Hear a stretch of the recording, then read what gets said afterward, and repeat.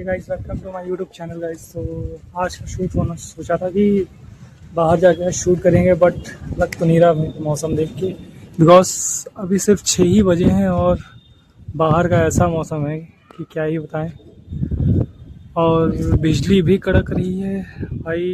क्या दिखाएगा, मार्च ने तो बहुत कुछ दिखा दिया, बट अप्रैल भी लगता है कुछ ना कुछ दिखा के ज़रूर जाएगा।